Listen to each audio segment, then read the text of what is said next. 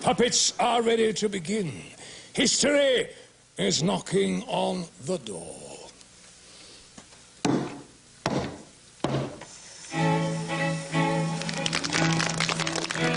In the year 1570, Martin Luther challenged Rome. The Church of Rome is corrupt. Here begins the Reformation. The English king, Henry, a man of many parts, breaks with Rome.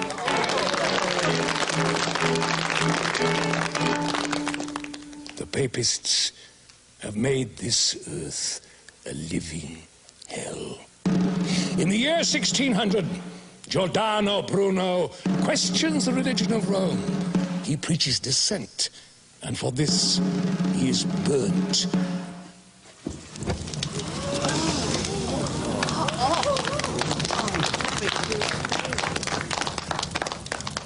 But my friends, beware.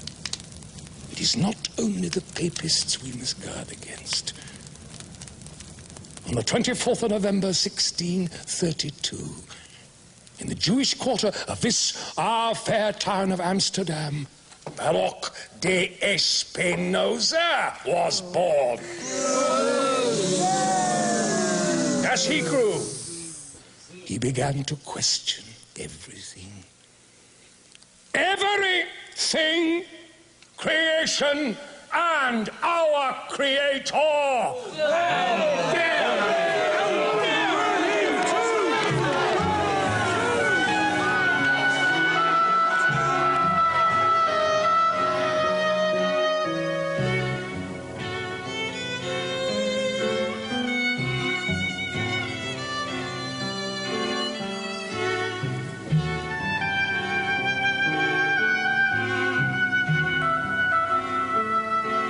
God is nature, and nature is God. This truth is proved by reason. How can God be nature? How can nature be supernatural? The supernatural does not exist. There's no life after death. A mind cannot outlive its body.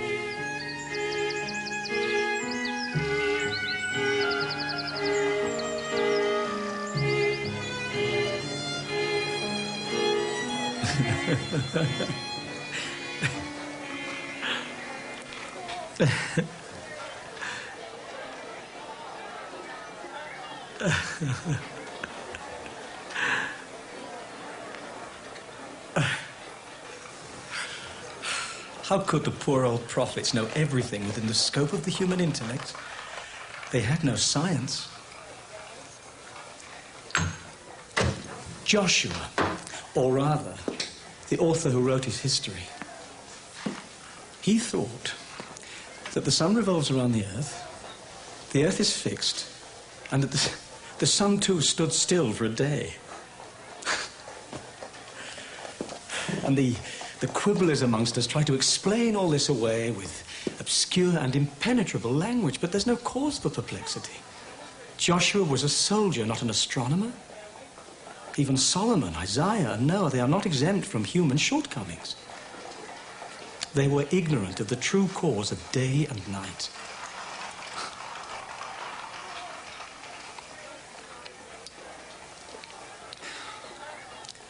Rational thought, my dear friends, is a self-rewarding virtue.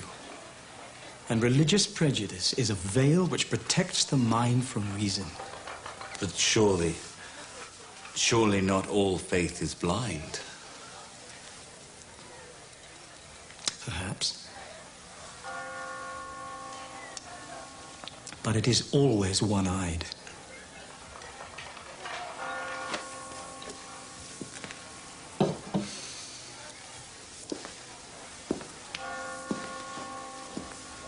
The revealed truths of religion have only one function: to overpower, to subjugate, and to crush reason, and so prevent scientific knowledge from ever being regarded as superior to religious knowledge. Have you said farewell to life? You can rely on us, but you have in recent months become careless and loose-tongued. While my father was alive, I kept silent so as not to offend him, but I can do so no longer.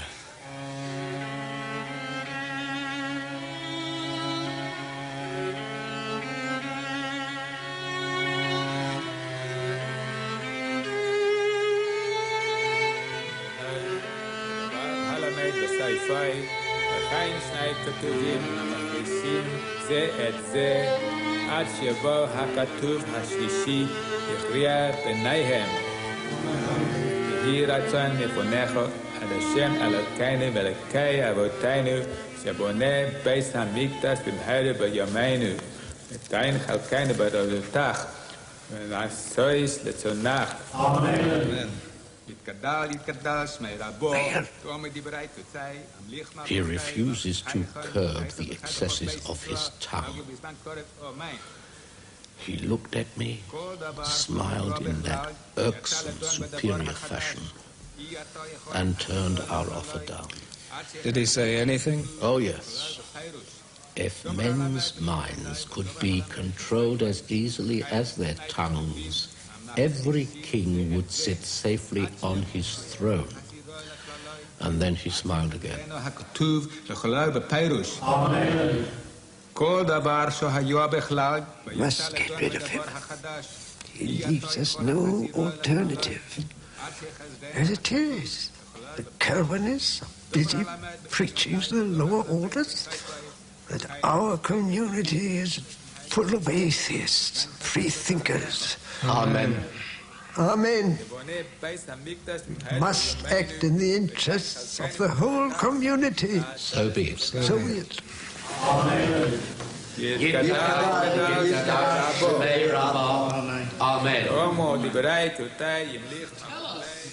They offered me money. Why? What did you say? How much? What did you say? Silence can sometimes be purchased, but mine is not for sale. I told them reason was a diamond without a price, even in Amsterdam. But master, every diamond can be cut into many pieces and sold in the marketplace. Can reason be likewise parceled and distributed? I want to know how much they thought your silence was worth. If I publicly defend the orthodoxy and customs of the synagogue, I would be paid 1,000 florins a year. Oh. 1,000 florins for keeping my thoughts hidden. And this when you have yet to publish a single word. How much would they give if they knew what was being written every day on this desk? Have you discussed the matter with your old teacher? Rabbi Manasseh ben Yisrael. He still holds you in high regard. And I him. But he's in London on this very day, convincing Oliver Cromwell to let us Jews resettle in England. Assuring him, no doubt, that we are a pious people, believers in Moses and the prophets and the afterlife. No. I don't think my old teacher will want to think of me on this of all days. Now, if you'll excuse me, my dear friends, I need to think. The elders are waiting for me at the synagogue. We will wait and then accompany you. Passions have been roused. No. The streets are not safe. For you. No. We will walk by your side. No, please. I wish to go on my own. I insist.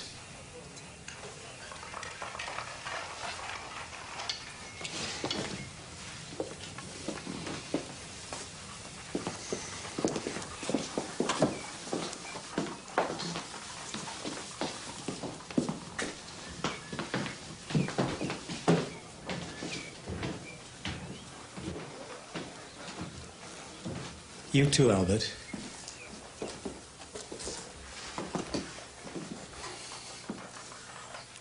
I don't have time to finish your portrait today. It'll have to wait till this trial's over.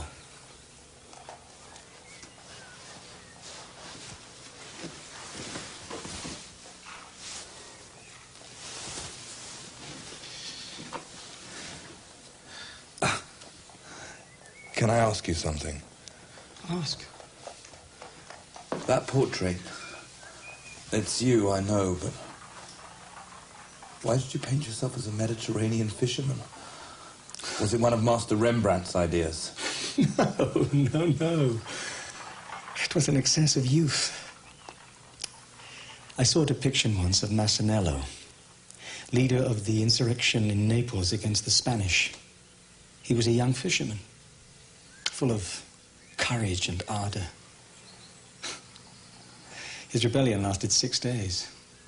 6 days, no more. But days of hope. They revoked the taxes, promised real change, democracy. 1647, I was about 15. You must have been 9 or 10. The news of that revolt spread through Europe like a flame. And Massanello? What happened? Assassinated by agents of the Spanish viceroy. But he's still worshipped by the peasants to this day. I wanted to follow in his footsteps. That portrait is about as far as I could go. Now, if you'll excuse me, my dearest Albert, I really would like to be on my own.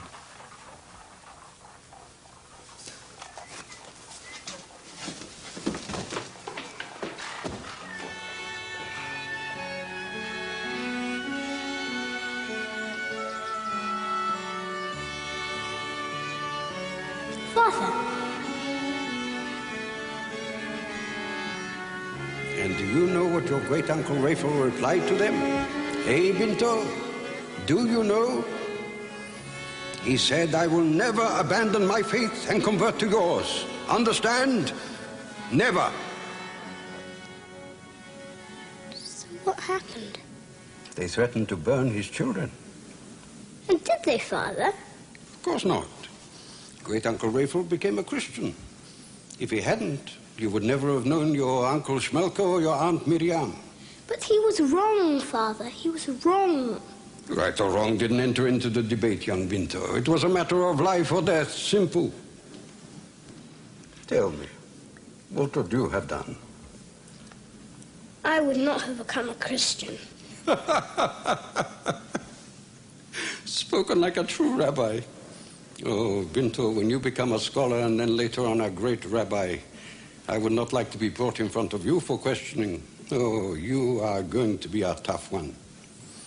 In the meantime, my son, you sleep. And you thank God we are safe in Amsterdam. Oh.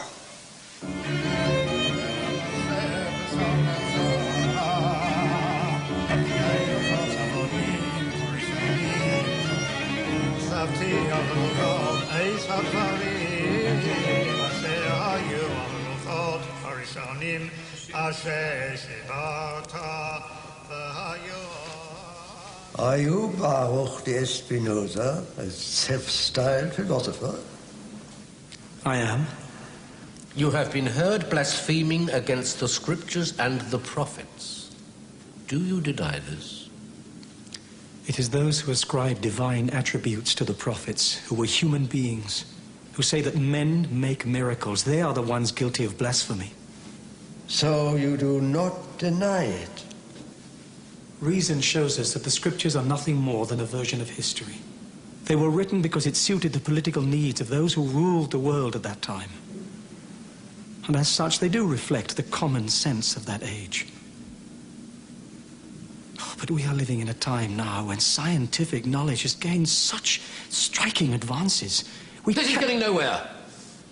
The man is both impertinent and unrepentant. Have you forgotten the crimes of the Inquisition? Will you force me to reject reason as you were forced to reject Judaism? If so, then once again our whole world will be turned on its head. So now he compares us to them. We're not setting you on fire. It is your arrogance that we despise. A free man always acts honestly, not deceptively. In every situation? A free man should not act deceptively, even to save himself from death. We live just once on this earth, and that for too short a time. It is my duty to my innermost self to tell the truth, even if the community to which I belong is deaf. You will light the sacred candles to condemn me to oblivion. But I will not turn to stone. I will not freeze my thoughts, and I will not burn my papers. That's all I have to say. You have 30 days to repent.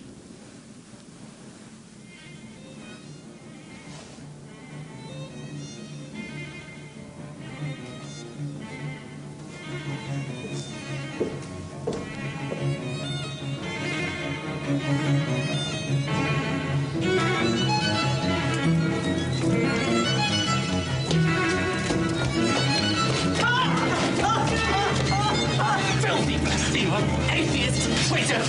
Next time I'll kill you!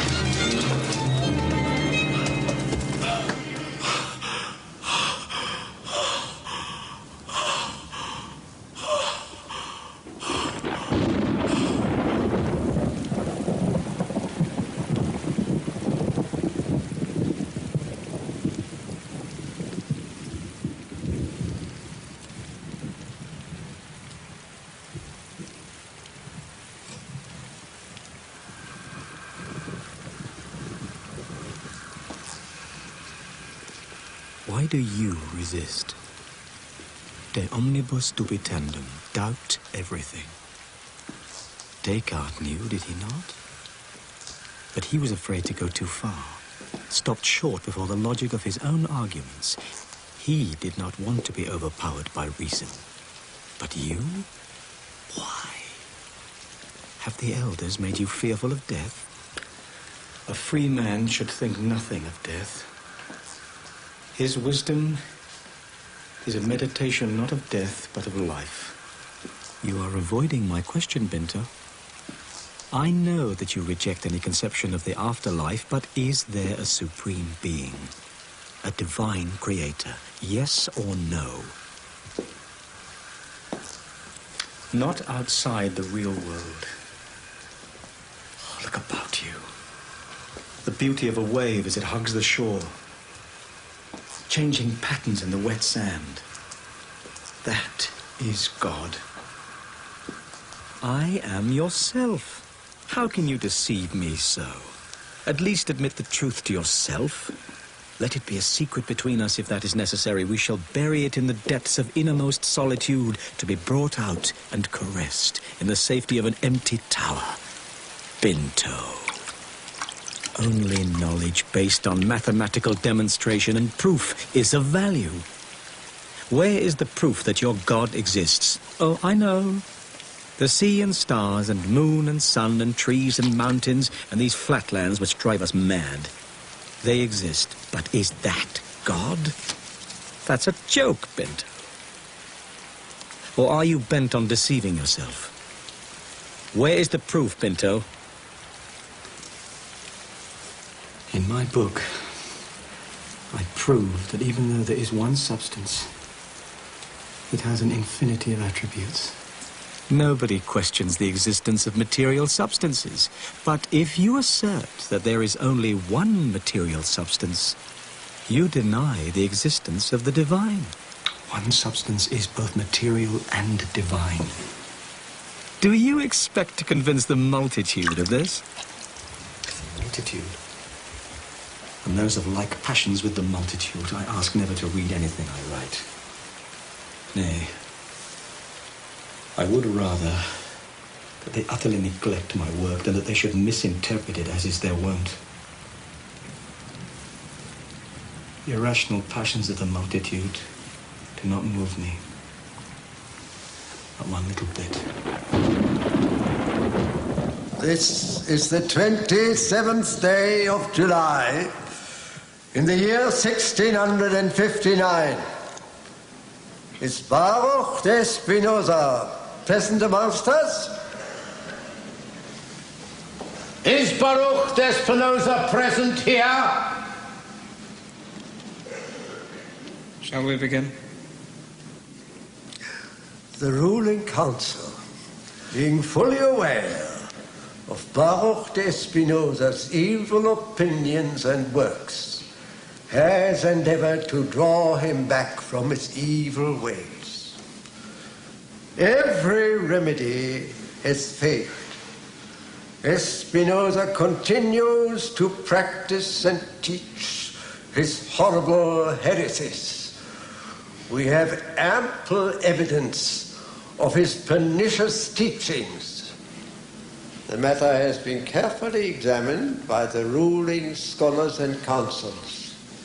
They consent to the banishment forever of Baruch de Espinosa from the nation of Israel.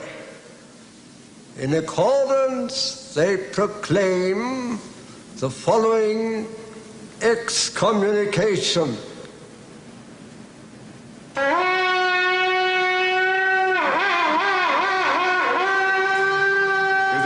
המלאכים ודברי הצדיקים אנחנו אוסרים, כורתים, ארורים ונודים ברוך בן מיכאל דספינוזה עם כל הכללות הכתובות בתורה הקדושה וחרי אף וחשך השם שורף עליו ואתם הדתיקים והשם אלוקיכם חיים כולכם היום. We warn that none may contact him orally, nor in writing, nor do him any favor, nor sleep under his roof, nor read any paper he made or wrote.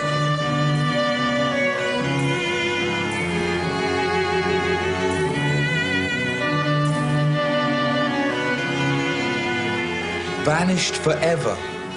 So be it. This compels me to do nothing more than I would otherwise have done. From this day onwards, I will no longer be Baruch de Espinosa. I wish to be known as Benedictus Spinoza, a man without superstition.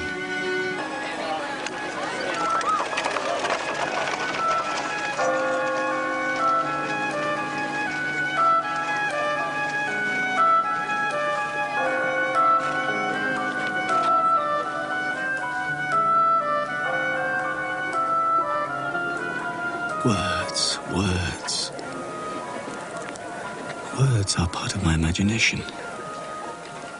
I form many conceptions in accordance with confused arrangements of words in my memory. Words, just like my imagination, may be the cause of many and great errors. In my ethics, I must always be on guard against playing with words.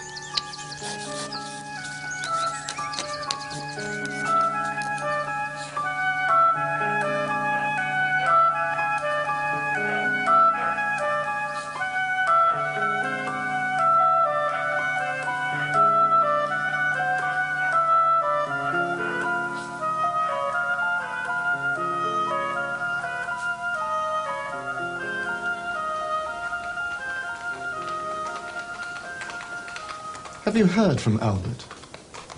There's an ugly rumor that... I know. But there's no confirmation.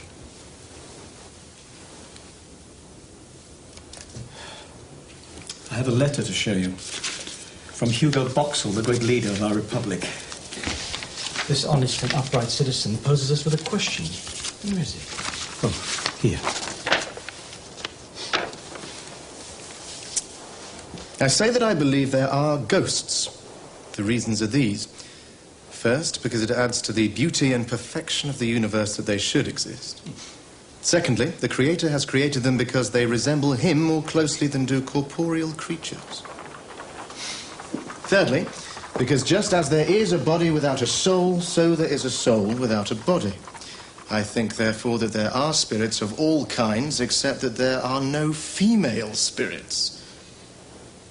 How do you propose to reply to such nonsense? On the one hand, you do not doubt the spirits of the male sex, but you do doubt whether there are any of the female sex.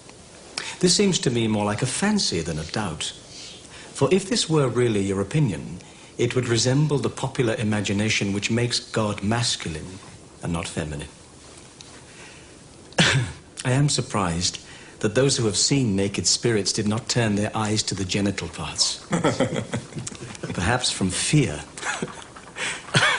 Or from ignorance of this difference.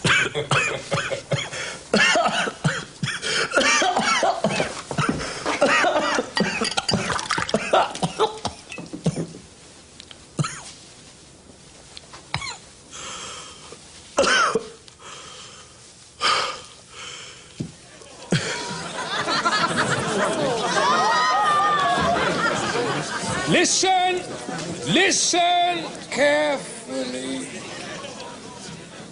Europe was divided between Catholic and Protestant, but the house of Protestantism was divided within itself. Oliver Cromwell murdered his king.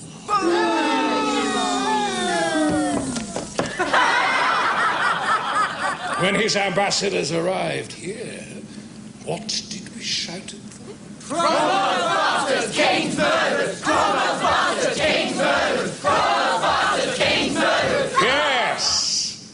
Under Cromwell's influence, our so-called leader, John de Witt, forced through the Act of Exclusion, which prevents the House of Orange from taking up their rightful place. The throne!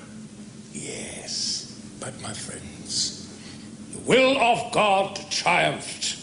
The king was invited to return. He ordered Cromwell's body to be disinterred.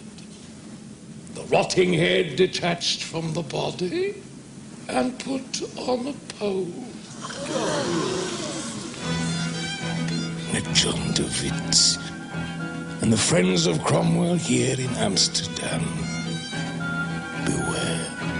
John de Witt! John de Witt! We'll tear him apart bit by bit! John de Witt! John de Witt! We'll tear him apart bit by bit! John de Witt! John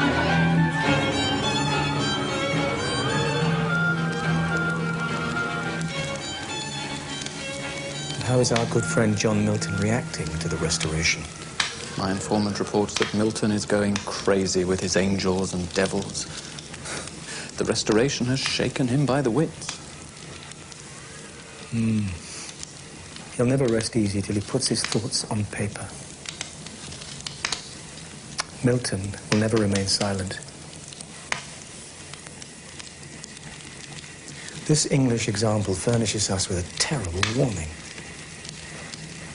They sought to depose their monarch under the forms of law. But when he'd been deposed, they were utterly unable to change their forms of government. And after much bloodshed only brought it about that a new monarch, for such Cromwell was, should be hailed under a different name, as if it were merely a matter of names.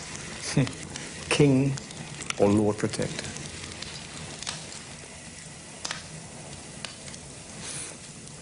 Then this new monarch could only consolidate his power by destroying the royal stock, putting to death the king's friends, real or supposed, and disturbing with war the peace that might have encouraged discontent.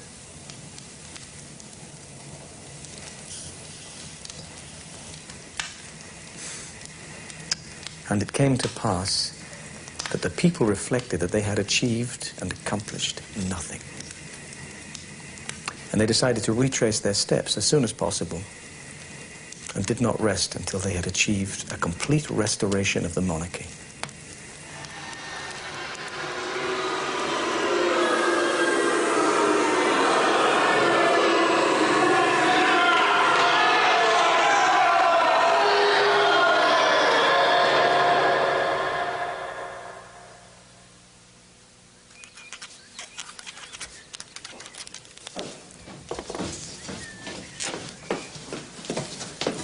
Good morning, Mynheer. This was brought to you by a messenger. He is waiting for your reply. Should he wait? Well, let me read it first.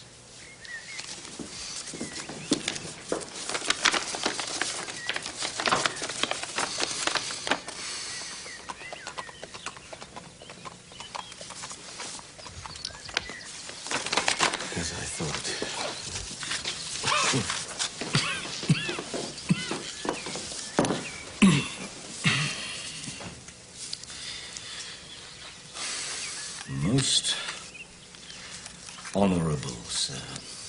Schisms arise not so much from an ardent love of religion as from men's various dispositions, or the love of contradiction, through which they are wont to distort and to condemn all things, even those that have been correctly stated.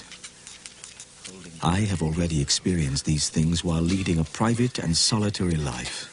Thus, you see that I am not holding back in the hope of some better fortune, but from love of peace, which I believe I can obtain to a certain extent, merely by refraining from public lectures. Yours, entirely. Benedictus Spinosa.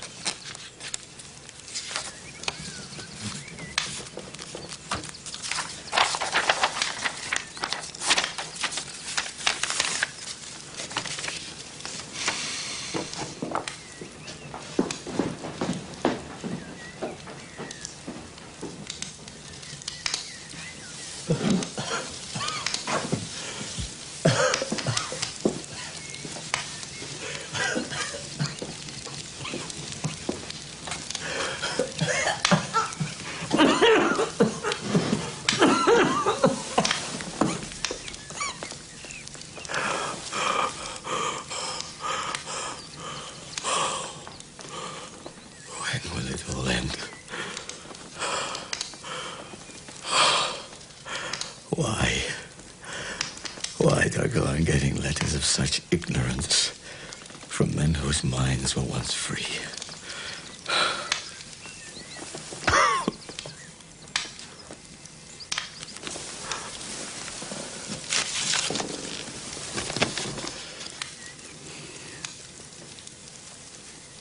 What has happened to you, Albert? What demon has possessed you? Albert Berg. You were once so close to me. Oh, perhaps too close. I can see you now, standing outside the Vatican.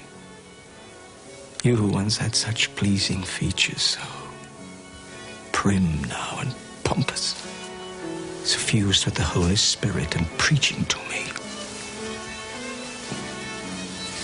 I have written this letter to you with intentions truly Christian, to show the love I bear to you even though you are a heathen.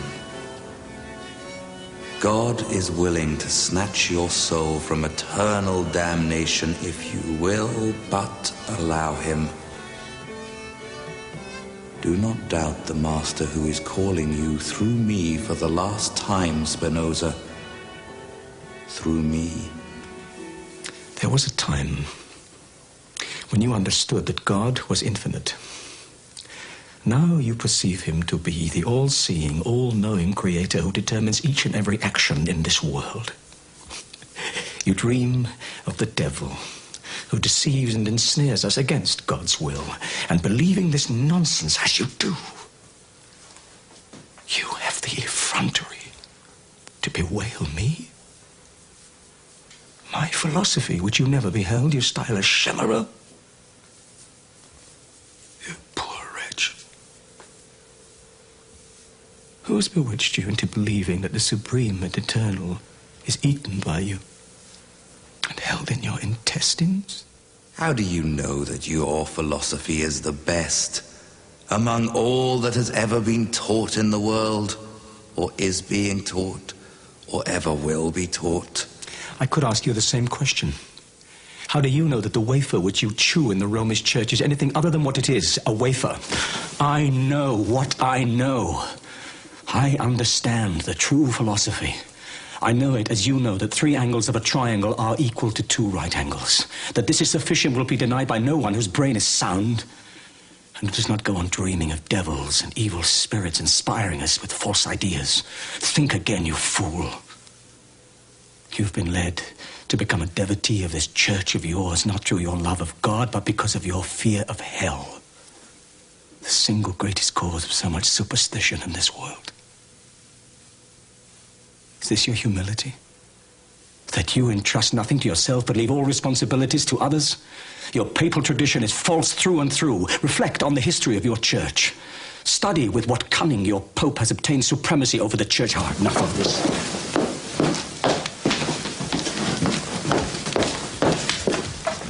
Albert Bird is finished for me.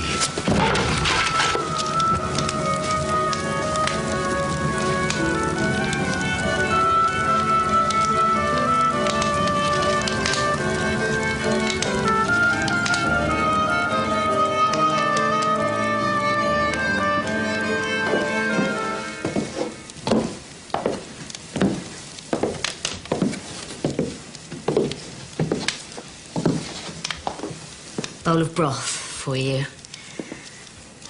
Now, please, eat it. You know what Dr. Mayer said the last time he was here. Mynheer, people have been asking us questions about you. Some say that you're an agent of the French king. Others that you're in the pay of the Catholic Church. A heathen. An atheist. That's what they say. It's Calvinist bigotry. I am none of these. I am, however, no friend of monarchs. The brothers de Witt have done more for this country than the whole House of Orange. I believe that Oliver Cromwell was a visionary, and I do feel for John Milton and his friends to have to live through a restoration. I would rather be dead. Yes, but the next time I am asked what our honoured lodger believes, what should I say, Mynheer? Those things which are conducive to the common good of human society and cause men to live in concord are useful. Society, Mynheer, what is that? We are all simple creatures with our own needs, aren't we? Those who want us to believe that are not simple creatures, but the people who rule over us. If what you say is true, how can people like me ever be happy? There is only one way for you and for all mankind to achieve happiness. To accept that our destiny is our own. Our misery and our joy are dependent on our own resources. For me, you see, it is reason, not religion, that must form the basis for an intuitive knowledge of God who is not human like you and I, but in nature, everywhere.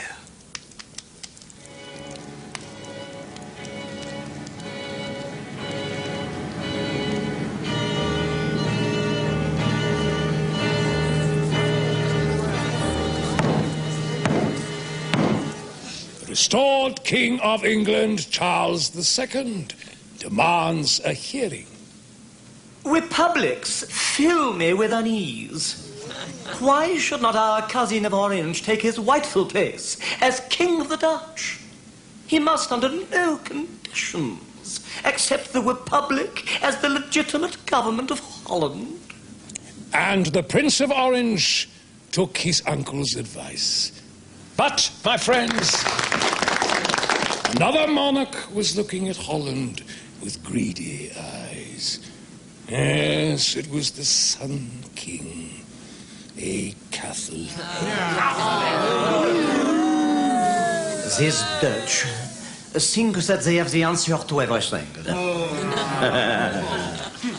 The Calvinist fools must be taught a lesson. France is a great power. And with our friend Charles now back on the English throne, we must sweep aside this little republic where religion is openly mocked. What does Monsieur de Witt say to that? I stand firm for a republic. Liberty and freedom is more secure in the keeping of many good men than in the hands of one person. The interests of monarchs and people sometimes appear to be the same, but they always diverge. They both love talking nonsense. The House of Orange, with its monarchist ambitions, is fomenting a civil war. I will not negotiate on the question of our republican form of government, but I am willing to discuss everything else with the French king. And what do we say to John the Big will tear it apart, bit by bit. John the Big will tear it apart, bit by bit. Listen!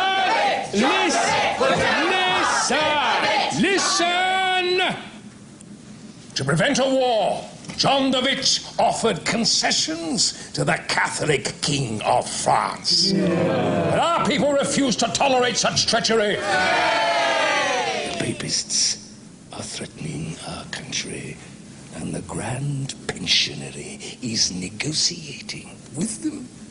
I say that John de Witt and his brother have sold their souls to the Church of Rome. Are we going to stand quietly by and watch our heritage squandered? No! Our country sold for a mess of Romish pottage? No!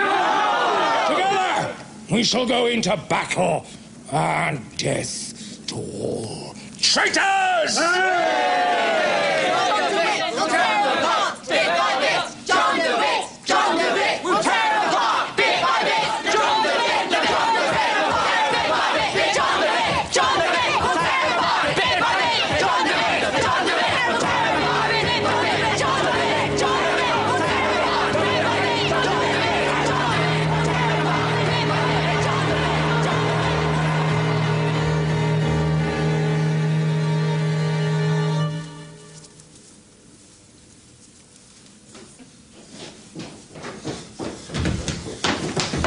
News. We must go into hiding. Cornelius and John de Witt were attacked by an angry mob, stoked to fury by Calvinist preachers. They have been torn limb from limb. They're dead. The Republic is dead. Are you sure? Are you sure? Yes, my friend. The political atmosphere outside these rooms is vile. There's poison in the air. I fear for you. Oh, this is an unspeakable outrage. This mob have murdered reason. They have no ruler more powerful than superstition. I will go to the scene of this crime, and I will post a bill.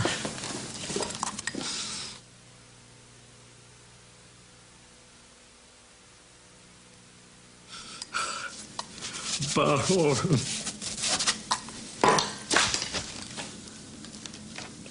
This mob has murdered reason. They've killed two of the finest political minds in Europe. No, no.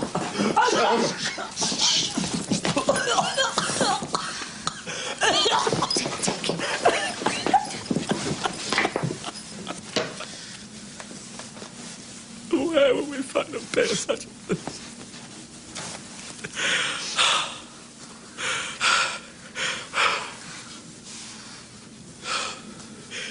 I will not go. This is not a time for me to cry. I must understand. The enormity of this crime will reverberate through time. Holland, without Cornelius and John de Witt, is like... A universe without God. You're a good woman. Would you be so kind as to bring me a draught of beer?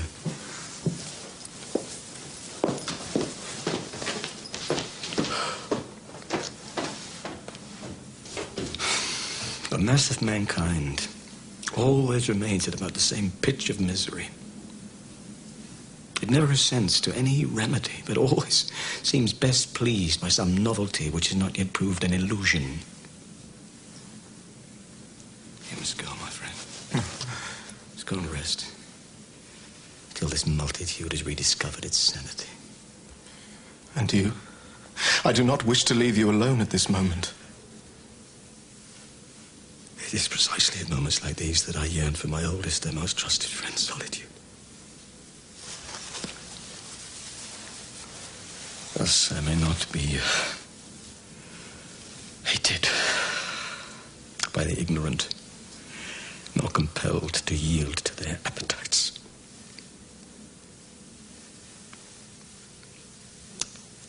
I'm calm again.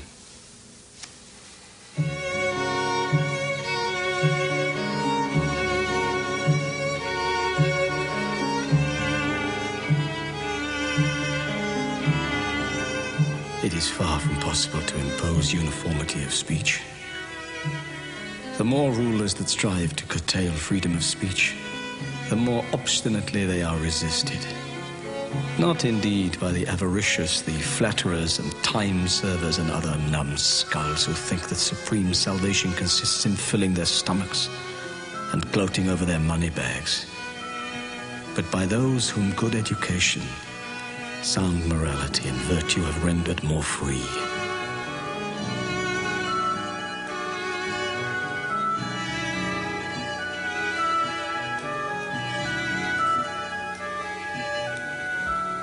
My ethics is completed.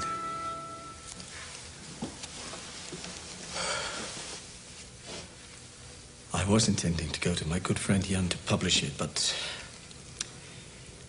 the Calvinist theologians and their dull-witted Cartesian friends are denouncing me everywhere. They are bringing actions against what they call my godless ways before the magistrates.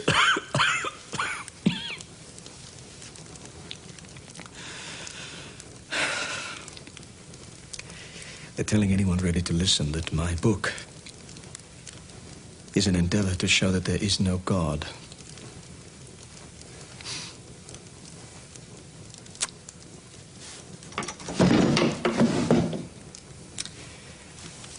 I have therefore decided to postpone publication indefinitely.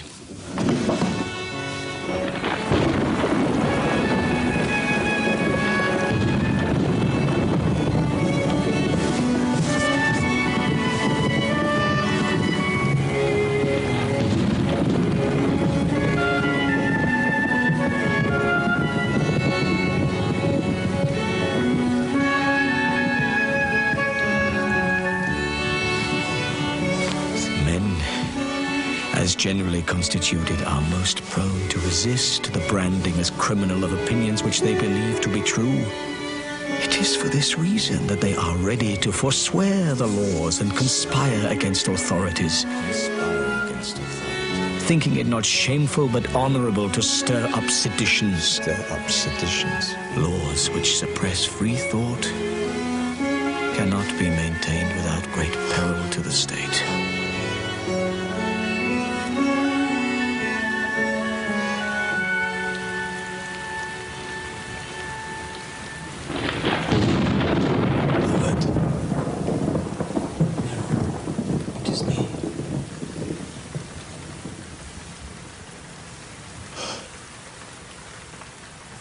Ethics is in the desk.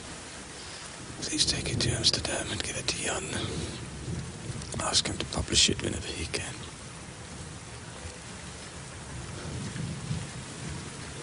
My name should not appear on it. But why? Have you forgotten what our Quaker friends told us years ago? Even those philosophers who write books despising glory place their names on the title page. But it was Cicero who wrote that.